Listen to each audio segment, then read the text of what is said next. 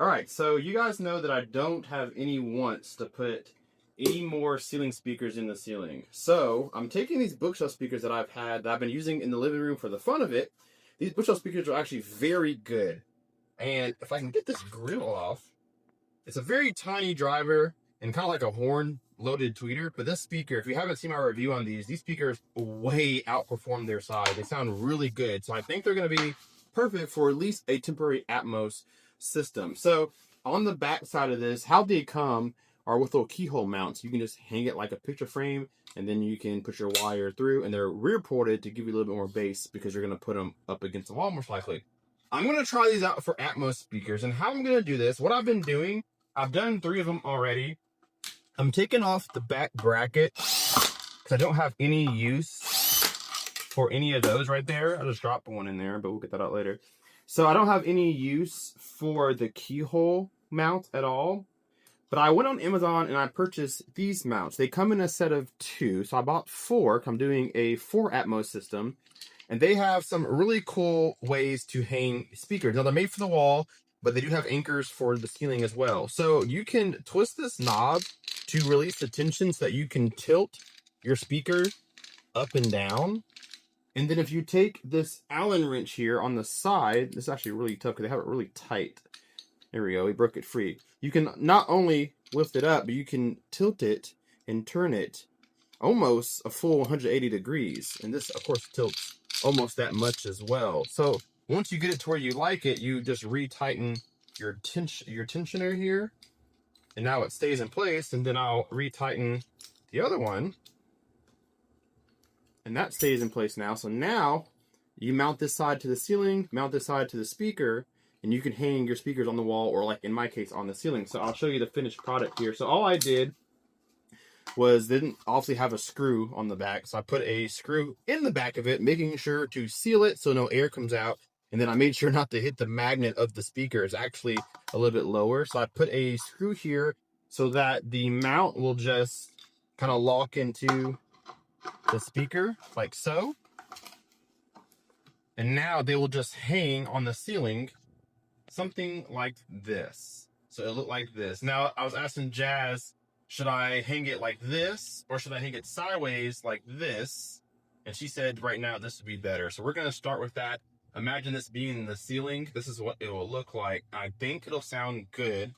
And then in the packages behind you guys, here's what it comes with, different ways to mount it. So you have these if you want to go thicker screws, which I will for the ceiling, or you have thinner screws just like this, and then there's a leveler in here too. So it should be a pretty easy install. I think the ceiling should be strong enough to hold it with these anchors in.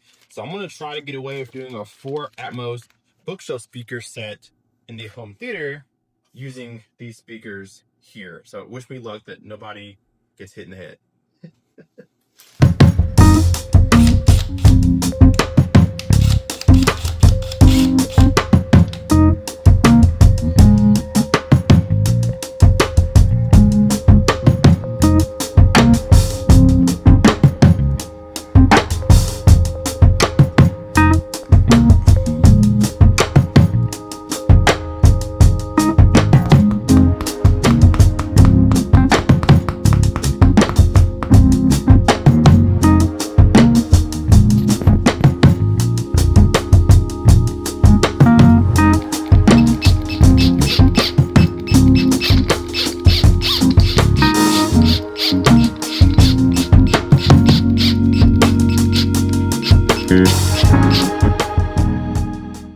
Atmos speakers are up, and it wasn't hard at all. Drill a hole through the ceiling, just a little bit smaller than the anchors, hammer your anchor through, and then screw in your screw. And I think these speakers weigh, maybe no more than 5 or so pounds.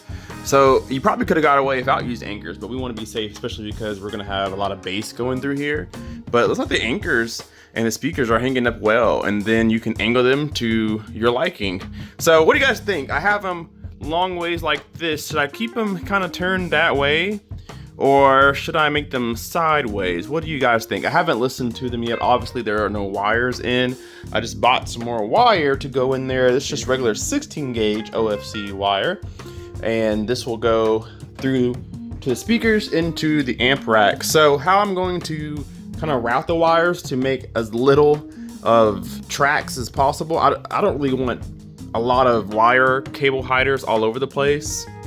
So what I'm gonna do is I'm gonna wire this one here, and then there'll be a wire track going from here to this speaker, and then we'll put another wire hider going from this speaker to this speaker, then another wire hider going from that speaker to all the way to that wall. So only one wire track will go down the wall, and we'll paint the wire tracks to match the ceiling, and then when it gets to the wall, we'll paint it to match the color of the wall, and then it'll go into that hole right there. So that only one actual wire cable hider, and I'll show you what I mean by cable wire hider. I gotta order some of these, but we'll put this one here, and then all the wires will run the same direction so that they all get to the same endpoint, which will be right here, and then it'll come down the wall, something like that, so that we don't have multiple different cable hiders running down the wall in different directions. So I'll use more wire that way,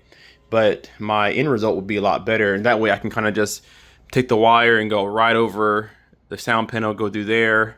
You won't really see too much there. Come through the other sound panel over there, so we can kind of keep this as minimalistic as possible. And like I said, I'll paint this to match the ceiling color, so it'll be as minimalistic as possible. So the next thing that I'm going to do off camera is get my laptop.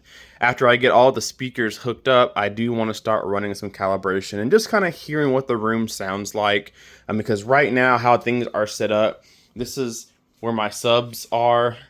One obviously right there, one over there, and then right now I'm using the rhythmic back here. I'm not using a fourth sub, and so far there's no calibration, no DSP, and these things sound incredible. So do the Arundel speakers. So I'm going to run some calibration and kind of see what I think and play around with placement, because regardless of how it looks, I want it to sound phenomenal.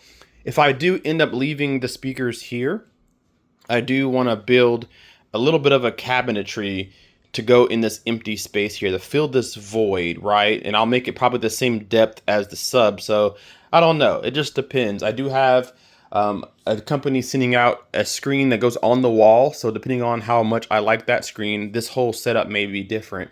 So we'll keep that for another video, but let's get my laptop, we'll do some calibration, see how things are sounding, and make some adjustments that way. But I'll do that in another video. So thank you guys so much for watching. Let me know what you guys think of bookshelf speakers as Atmos speakers. I will do a review, as I was using on-wall or in-ceiling speakers at the time. I will be switching the bookshelves, obviously, so I will do my thoughts on bookshelves versus in-ceiling speakers. But let me know your thoughts if you've done this before. What do you guys think about bookshelf speakers as Atmos speakers? Thank you guys so much for watching. Hit that like button, subscribe if you are not already, and we will see you in the next video.